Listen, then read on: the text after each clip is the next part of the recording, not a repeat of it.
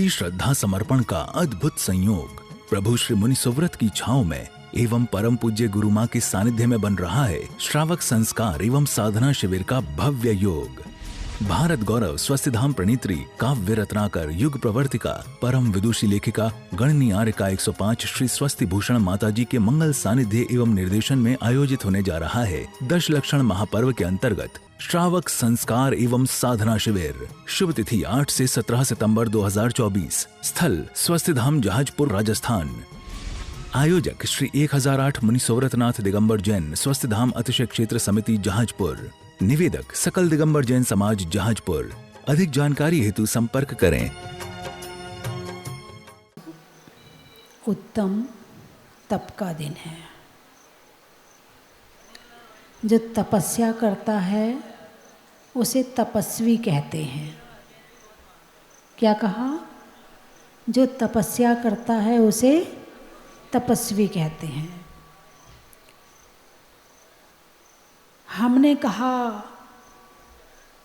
आप बहुत तपस्वी हैं, तो आप क्या कल्पना करेंगे? तपस्वी का मतलब क्या होगा? कि बहुत उपवास करते हैं, है ना? अरे बोलिए ना, तपस्वी का क्या मतलब निकालेंगे? बहुत उपवास करते हैं, मतलब बहुत तपस्या करते हैं। अरे इनकी तो बहुत अच्छी तपस्या चल रही है। मात्र उपवास करना तपस्या है क्या? जब ऑपरेशन होता है तो डॉक्टर कहता है एक दिन पहले कुछ खाना मत, खाली पेट रहना, खाना मत कुछ। क्यों? क्योंकि उसे पेट का ऑपरेशन करना है, पेट उसे खाली चाहिए है। तो वो एक दिन पहले क्या करता है? डॉक्टर ने कहा है तो वो क्या करता है? उपवास करता है। और डॉक्टर के कहने पर जो किया है वो उपवास है क्या? नहीं है। क्या है वो? वैद्य जी कहते लंघन करो, पेट बहुत खराब हो रहा है, लंघन करो। लंघन का मतलब है अब भोजन पानी, पेट को भोजन पानी देना बंद कर दो, इसका मतलब लंघन। तो जो उपवास कर रहे हैं तो उपवास का क्या मतलब है? वो भी तो भोजन नहीं कर रहे। तो भोजन और लंघन में अंतर क्या है? क्या अंतर है बताइए? कषायों से दूर होना, क्रोध मान माया लोभ से, पापों से दूर होना, धर्म की भावना रखना, आत्मा का भाव भाना, और फिर जो भोजन नहीं किया जाता उसको कहते उपवास। अब पूरी तरह से कषाय और पाप में पड़े हुए हैं और मात्र भोजन नहीं कर रहे हैं तो उपवास कहोगे क्या? नहीं कहेंगे, लंघन कहेंगे, है ना? जैसे दूध गर्म करते हैं तो पतीला को गर्म होना पड़ता है। पतीला जानते? भगोनी, है ना? यदि दूध को गर्म करना है तो भगोनी को गर्म होना पड़ता है। भगोनी के गर्म किए बिना दूध गर्म होने वाला नहीं है। तो भगोनी को गर्म करने का उद्देश्य है या दूध को गर्म करने का उद्देश्य है? दूध को गर्म करने का उद्देश्य है। क्या है उद्देश्य? क्या है? दूध को गर्म करना है। ऐसे ये शरीर भगोनी है और आत्मा दूध है। गर्म किसको करना है? आत्मा को करना। उपवास किसको करवाना है? आत्मा को करवाना है। एक पत्रकार बहुत दिन पहले आया, उसे लोगों ने बता दिया था कि क्या दिनचर्या है, क्या व्रत पालन करते हैं। उसने सारी चीज़ लिखने के बाद कहा अच्छा, एक कष्ट आप नंगे पैर चलती हैं, एक कष्ट है कि आप एक बार भोजन करती हैं, एक कष्ट है कि आप केश लॉन्च करती हैं। मैंने कहा एक कष्ट है? बोले हाँ, नंगे पैर चलने में बहुत कष्ट होता है, कंकड़ पत्थर चुभते हैं, केश लॉन्च करने में भी बहुत कष्ट होता होगा, और एक टाइम भोजन लेते इसमें भी बड़ा कष्ट होता होगा। तो मैंने कहा आप इसे कष्ट मत कहो। कष्ट उसे कहते हैं कि जिसे हम नहीं चाहते हैं और वो दुख आ जाए, उसका नाम है कष्ट। और जो हमने अपनी स्वेच्छा से स्वीकार किया है, उसका नाम है तपस्या। उसका नाम है तपस्या। तो उपवास करना क्या है? तो एक टाइम आहार करना क्या हुआ फिर? वो तपस्या नहीं है?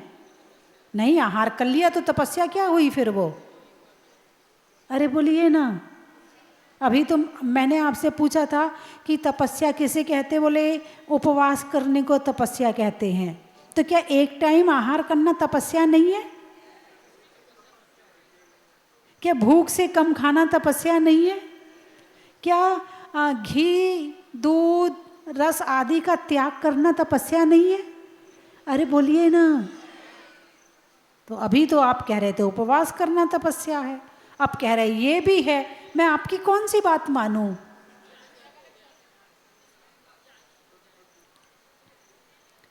हैं?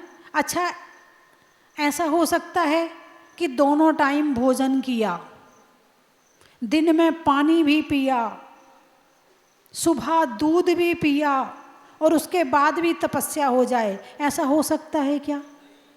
अरे बोलिए ना। नहीं हो सकता।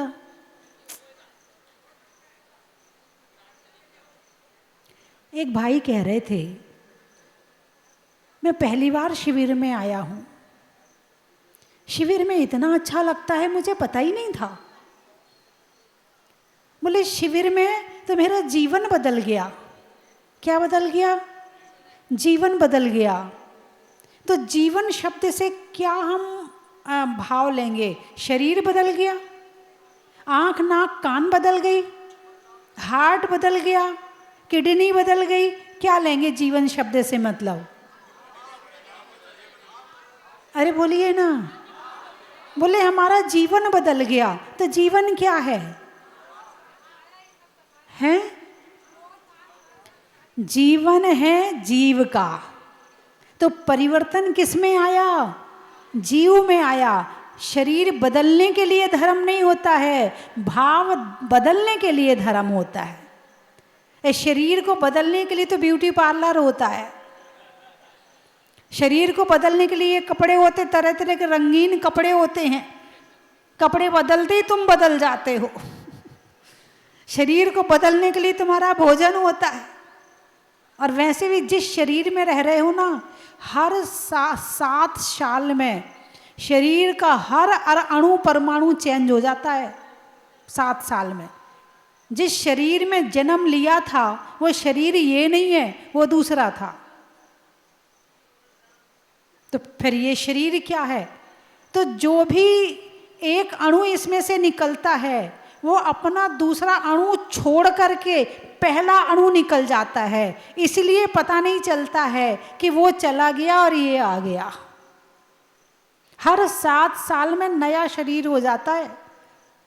ये वैज्ञानिकों की खोज है। तो भाई साहब बोले हमारा तो जीवन बदल गया। तो जीवन बदल गया का मतलब? जीव के भाव बदल गए। जो भाव पहले थे वो अब नहीं है। तो बदलना किसको है? शरीर को कि आत्मा को? आत्मा को बदलना है। इस आत्मा को छोड़ के दूसरी आत्मा ग्रहण करनी है? नहीं। तो क्या करना है?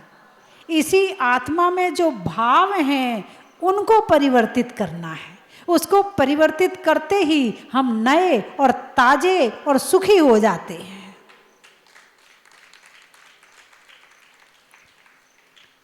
तो मैं ये कह रही थी, आप दोनों टाइम खाना खाओ। दोनों टाइम नहीं, 3 टाइम खाना खाओ, ठीक है?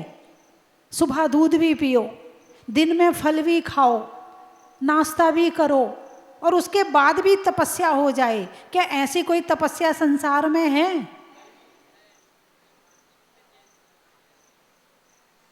भगवान महावीर ने वो भी बताई है। थोड़ी आवाज बढ़ाना। भगवान महावीर ने वो भी तपस्या बताई है। पहली बात, बाहर को तपाया है, तो बाहर को तपाने के लिए नहीं तपाया है, अंदर को तपाने के लिए बाहर को तपाया है। तप किसे कहते हैं? तप की क्या परिभाषा है? हैं? इच्छा निरोधा तपः। क्या है तप की परिभाषा? इच्छा निरोधः तपः। ये कहाँ पर आई है? तत्वार्थ सूत्र में नहीं, तत्वार्थ सूत्र में तो इसका फल आया है, तपसा निर्जरा। क्या है? तपसा निर्जरा। तपस्या करने से पाप कर्मों की निर्जरा होती है। तो फिर ये कहाँ आया है इच्छा निरोधः तपः? ये आया है षट खंडागम में। कहाँ आया है? मूल ग्रंथ में आया है। इच्छा निरोधः तपः। तपस्या किसे कहते हैं? इच्छाओं के निरोध करने को तपस्या कहते हैं। आपने उपवास किया, भोजन करने की इच्छा थी, आपने उपवास कर लिया, तप हो गया। आपको भूख बहुत तेज लगी है, आपने भूख से कम खा लिया, तप हो गया। आपको मीठा खाने का मन कर रहा है, लेकिन आज मीठे का त्याग है। आज शनिवार है, मंगलवार को मीठे का त्याग होता है रस्सी के हिसाब से, और आपने कहा कि मंगलवार है, आज मीठा नहीं खाना, और शरीर कह रहा आज मीठा चाहिए, और आपने मीठा छोड़ दिया। इच्छा हो रही है और छोड़ दिया, हो गई तपस्या। गर्मी लग रही है और पंखे की हवा नहीं आ रही है, फिर भी आप शांति से बैठे हो गई तपस्या। सर्दी लग रही है, लेकिन फिर भी आपने कहा नहीं, मंदिर तो मैं ऊनी कपड़े पहनकर नहीं जाऊंगा, मैं तो मंदिर जाऊंगा तो मैं सिंपल और सादा कपड़ों में जाऊंगा, हो गई तपस्या। कितनी सस्ती हो गई तपस्या। अरे बोलिए ना, जरूरी नहीं कि उपवास करने वाला ही तप कर रहा है। इच्छा निरोधः तपः। इच्छाओं का निरोध करना तप है। खाने की इच्छा हो रही, छोड़ दी, ये तप हो गया। और यदि इस मंत्र को पालन कर लिया जाए ना, जीवन में, घर में, देश में, समाज में, सारी दुनिया में शांति आ जाए। और तपस्या करना बहुत सरल है कि नहीं है? खाओ पियो और तप भी हो रहा है, तो उपवास करना छोड़ मत देना। सबसे पहले नंबर का तप है उपवास। सबसे पहले अनशन, उणोदर, व्रत परिसंख्यान, रस परित्याग, विविक्त शय्यासन, काय क्लेश। ये 6 प्रकार के बाह्य तप होते हैं और 6 प्रकार के अंतरंग तप होते हैं। प्रायश्चित, विनय, वैयावृत्ति, स्वाध्याय, विसर्ग और ध्यान। तो इस तरह से जो बाहर के तप हैं वो अंदर की इच्छाओं को खत्म करने के लिए हैं, और जो अंदर के तप हैं, जब इच्छाएं नहीं होती हैं या जब आप अंदर के तप कर रहे होते हैं तब इच्छाएं खत्म हो जाती हैं, तो वो भी तप है। प्रायश्चित, गलती हो गई उसका प्रायश्चित कर रहे हैं, तो इच्छाएं नहीं हो रही हैं, प्रायश्चित का समय चल रहा है। विनय, जब आप किसी की विनय करते हो तो अहंकार चला जाता है, वह मार्दव धर्म आता है, तो तपस्या हो गई। आप किसी को जयजनेन्द्र भी कर रहे हो, इसका मतलब तप कर रहे हो। आप किसी के सामने हाथ भी जोड़ रहे, आप भगवान को नमस्कार भी कर रहे हो, तो आप तप कर रहे हैं। आप जिनवाणी की विनय कर रहे, गुरु की विनय कर रहे हो, तो आप तप कर रहे हो। कितना सहज है। नहीं होता ना उपवास, कोई बात नहीं है, मगर ये तप तो कर सकते हो। स्वाध्याय, प्रायश्चित, विनय, वैयावृत्ति, सेवा करना तप है। किसी के पैर में तेल लगा दिया, किसी का सिर दुख रहा है तो सिर दबा दिया, किसी को औषधि की ज़रूरत है तो औषधि दे दी, किसी कोई भूखा है उसे भोजन करा दिया। वैयावृत्ति, सेवा करना क्या हो गया? तपस्या है। सेवा करना भी तपस्या है। उपवास करना ही तपस्या नहीं है, ही मत लगाओ, भी लगाओ। सेवा करना तपस्या है। जिसको जैसी अनुकूलता चाहिए वैसी अनुकूलता दे दी, तप हो गया। स्वाध्याय, स्वाध्याय करना, स्वाध्याय परमम तपः। जब आप स्वाध्याय करते हो उस समय मन कहीं नहीं भाग रहा है। मन कहाँ है? जिनवाणी में है, ना इच्छा में है, ना खाने में है, ना कषायों में है, ना पाप में है। मन कहाँ है? जिनवाणी में है। हो गई तपस्या। स्वाध्याय कर रहे हो, तप हो गया। कायोत्सर्ग कर रहे हो, तप हो गया। और ध्यान कर रहे हो तो सारे तप हो गए। बात समझ में आई कि नहीं आई? तप होते हैं 11, और 11 तपों की साधना होती है 12वें तप के लिए। क्या? 11 तप की साधना होती है 12वें तप के लिए, यानी ध्यान के लिए। यदि आपने उपवास किया, वैयवृत्ति करी, सेवा करी और ध्यान नहीं किया तो आपने तप का फल प्राप्त नहीं किया है। तप का फल है ध्यान, और ध्यान से होती है निर्जरा। तपसा निर्जरा, तपस्या करने से पाप कर्मों की निर्जरा होती है। परेशानी आती है, घर में संकट आते हैं, जगह जगह से जब परेशानियां आती हैं तो बहुत परेशान होते हैं। माता जी कोई मंत्र बता दो। क्या करते हो? माता जी कोई मंत्र बता दो। मंत्र कोई छड़ी तो है नहीं कि जो तुम्हारे परेशानी को यूं करके भगा दे। तप करो। क्या करो? तप करो, अभिषेक करो, पूजन करो रोज। भगवान की पूजन रोज करो। पूजन से क्या होगा? भक्ति होगी, विनय हो रही है, तपस्या हो रही है। स्वाध्याय करो रोज, तपस्या हो रही है। और तप से क्या होगी? निर्जरा होगी, परेशानियां दूर होंगी। उपवास करो, एक एक व्रत लेते रहो। कि हम सप्ताह में, जैसे किसी ने अष्टमी चतुर्दशी 1 साल की ले ली, कि 1 साल तक अष्टमी करेंगे और 1 साल तक उसी 1 साल में चतुर्दशी भी करेंगे, तो अब आपकी तपस्या शुरू हो गई। कर्मों की निर्जरा कैसे होती है? तपस्या करने से। और तपस्या नहीं करते फिर परेशानियां आती हैं तो कहते हैं बस अब तो माता जी आप ही ठीक कर दो। पाप कर्म का बंध किसने किया? स्वयं ने। असंयम किसने किया? स्वयं ने। स्वाध्याय नहीं किसने किया? आपने। अब परेशानी आ गई तो आप भगा दो। नहीं, ये तो जिसका खाता उसका हिसाब, कोई दूसरा नहीं करेगा, तुमको ही करना पड़ेगा। कैसे भगाएं? तप से भगाओ। कैसे भगाएं? तप से भगाओ। और सबसे अच्छा तप कौन सा है? इच्छा निरोधः तपः। इच्छाओं का निरोध करना तप कहलाता है। और इसके बाद फिर अंदर को तपाओ। गलती हो गई, प्रायश्चित लो। सबकी यथा योग्य विनय करो। भगवान की हिसाब से, गुरु की गुरु के हिसाब से, जो धर्मात्मा है उसके हिसाब से, और जो छोटे हैं उनके हिसाब से यथा योग्य विनय। वैयावृत्ति करो, सेवा करो, जिसको जरूरत हो। एक तो बहू बोली, मैंने तो अपनी सास की आदत शुरू से नहीं डाली पैर दबाने की। यदि एक बार आदत डाल देती ना, फिर ये मेरे से रोज पैर दबाती। कौन कह रही है?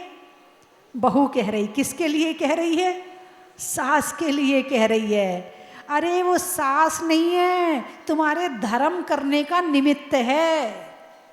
तुमने यदि अपनी सास को अच्छे से भोजन करवा दिया, उसके पैर दबा दिए, उसको तुमने स्वाध्याय सुना दिया, उसको तुमने आलोचना पाठ सुना दिया, उसको तुमने 12 भावना सुना दी, वो तुम्हारे धर्म करने का निमित्त है। सास नहीं है, धर्म करने का निमित्त है। और उसी निमित्त से तुम पाप भी कमा सकते हो और उसी निमित्त से तुम पुण्य भी कमा सकते हो। तुम सास के माध्यम से चाहो तो पुण्य कमाओ, उसे स्वाध्याय सुना दो, उसको मेरी भावना सुनाओ, उसको 12 भावना सुनाओ, हैं? साथ में बैठ के पढ़ो, लिखो, बातचीत करो, मन प्रशस्त रहेगा, उसका भी रहेगा, तुम्हारा भी रहेगा। वरना आजकल की बहुएं क्या करती हैं? उठती तो 7 बजे हैं, अपने बच्चों को स्कूल भेजा, खाना वाना बनाया, मंदिर जाना हुआ तो गए, नहीं जाना हुआ तो सब साफ सफाई करी, घर का किया, चले गए अपने कमरे में। पहले कमरे नहीं होते थे, अब तो कमरा मिल गया सोने के लिए, तो गए अपने कमरे में। और सास बेचारी देख रही है कि बहू आएगी, 2 मिनट मेरे पास बैठेगी। बूढ़ों बड़ों के पास बैठो, बातचीत करो, लेकिन ध्यान रखना बूढ़े बड़े भी सुन लें।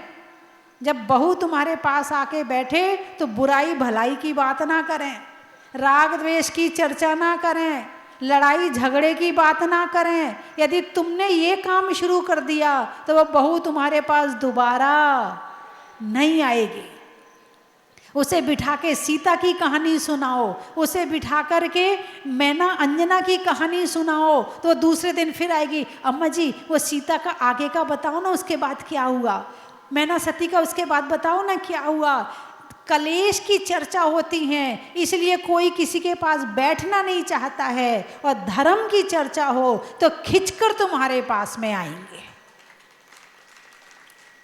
इसलिए सास का समझदार होना भी जरूरी है।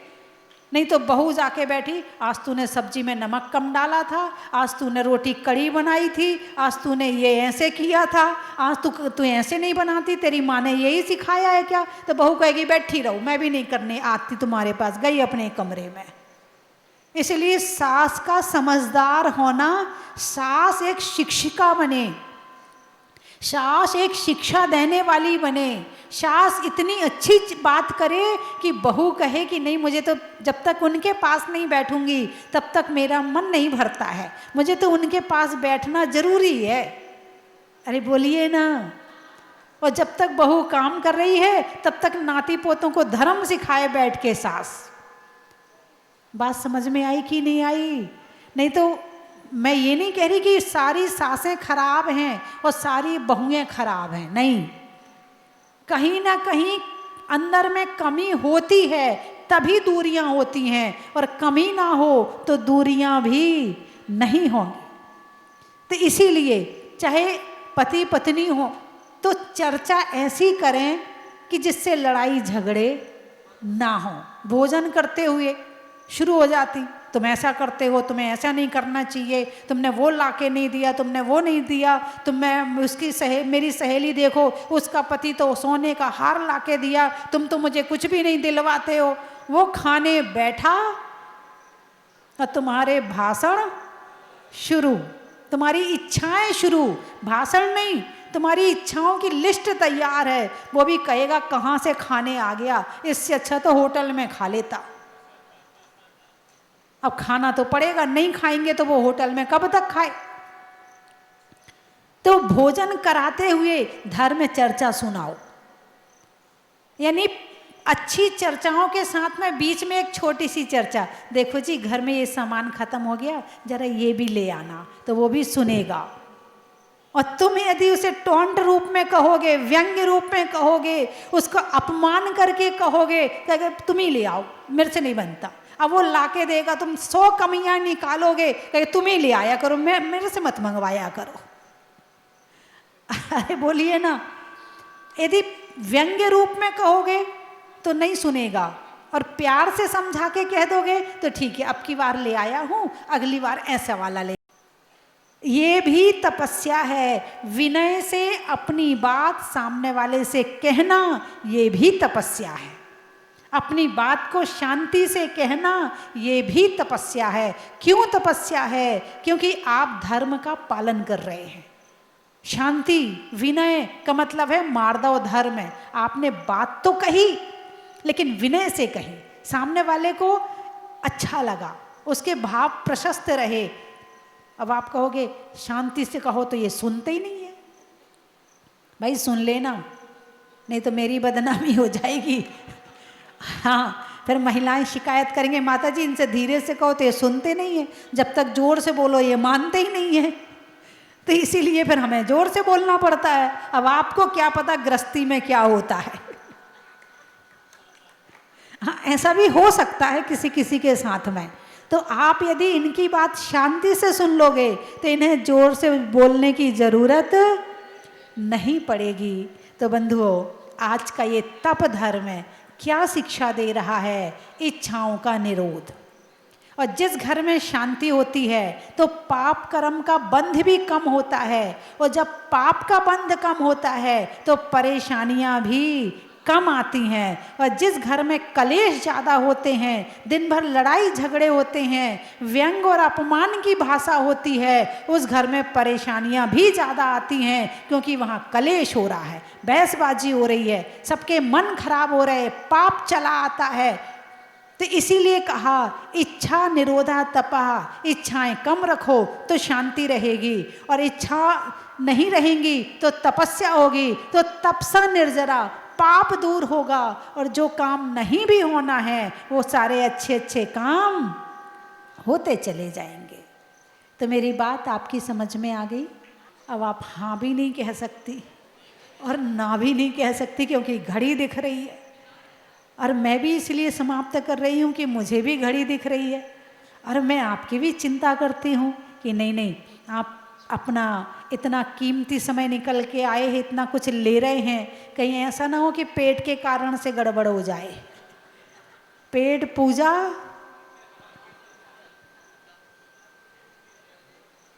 और कम से कम आप इतना त्याग और यहाँ रहकर तप कर रहे हैं। आपको इतने लोग बैठे हैं, ऐसे कितने लोग हैं कि 10 दिन में इन्हें एक बार भी गुस्सा नहीं आया? हैं ऐसे लोग कि गुस्सा नहीं आया 10 दिन में, बिल्कुल प्रशस्तता से काम चल रहा है। आशीर्वाद दे रही हूँ पतिदेव को, हमारे सुधीर जी की श्रीमती जी सिर ठोंक के आशीर्वाद दे रही हैं, आशीर्वाद है, इनको गुस्सा नहीं आया, पूरा आशीर्वाद पहुंच गया। अरे ऐसे ही पत्नियों का आशीर्वाद लेते रहना तो आपको भोजन भी अच्छा अच्छा मिलता रहेगा, आपके घर में भी शांति रहेगी। यानी जिस आदमी की तारीफ पत्नी कर दे, समझना पास, और जिस पत्नी की तारीफ पति कर दे, समझना। तो बंधुओं, आत्मा को पापों के द्वारा और भी कई तरह से हम अपनी आत्मा को दुखी करते आ रहे हैं, इसे सुखी कैसे करें? अरे आत्मा की आवाज़ सुनो, बाहर से कान की आवाज़ें तो बहुत सारी सुनी हैं, अब सुनना है तो आत्मा की आवाज़ सुनो। क्या कहती है आत्मा? हमारी एक तुमसर वाली बहन जी कई दिन से कह रही, माता जी भजन सुनाओ, भजन सुनाओ। आप कहो, आपकी इच्छा हो तो सुना दूं। किस किस की इच्छा है? अभी तो इच्छा करने मना किया मैंने।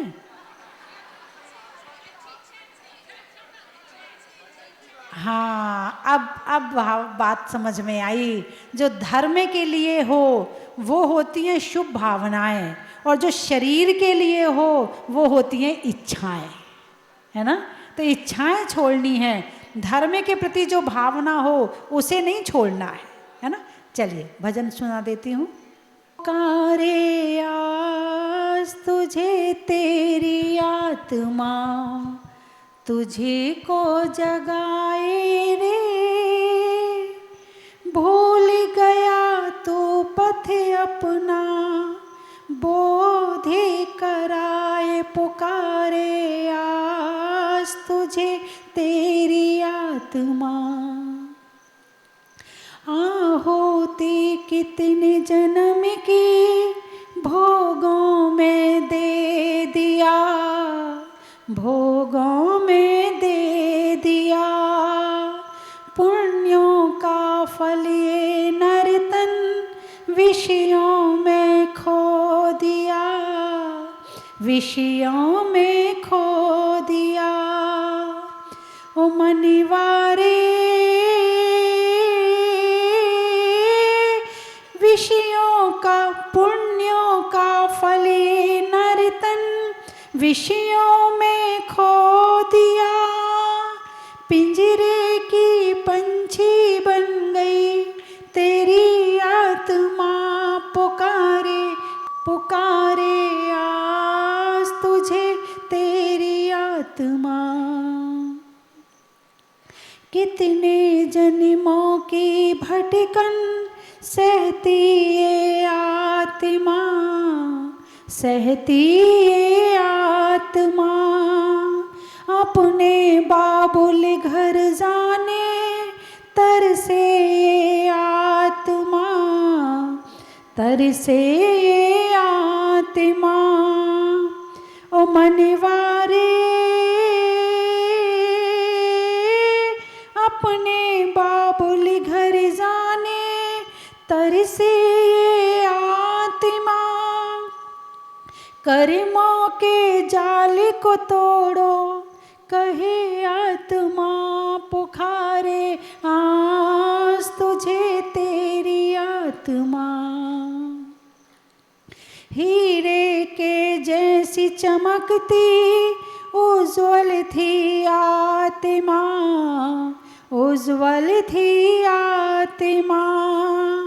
जल जल के राग द्वेष में विकृत हुई आत्मा, विकृत हुई आत्मा। ओ मनवारे जल जल के राग द्वेष में विकृत हुई आत्मा। संवर से कर्म को रोको कहे आत्मा, पुकारे आज तुझे तेरी आत्मा। तुझे को जगाए रे भूल गया तू पथ अपना, बोध कराए पुकारे आज तुझे तेरी आत्मा। हो हो हो हो।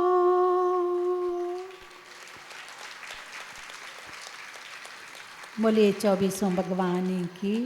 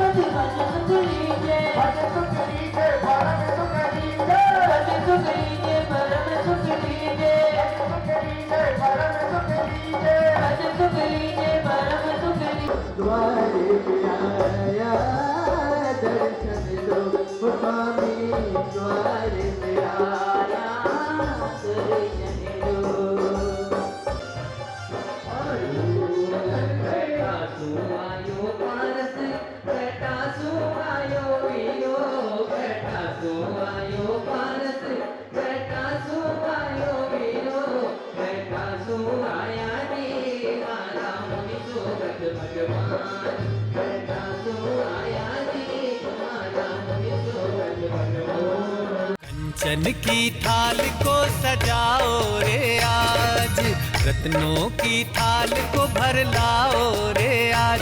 आओ आओ करे रे गुणगान आरती भगवन की। आओ आओ करे गुणगान आरती भगवन की। आओ आओ करे रे गुणगान आरती भगवन की।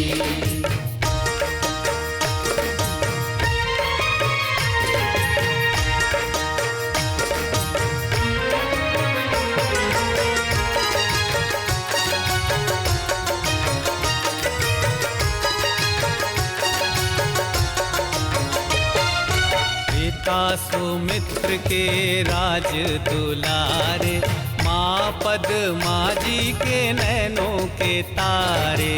पिता सुमित्र के राज दुलारे, माँ पद्मा जी के नैनों के तारे।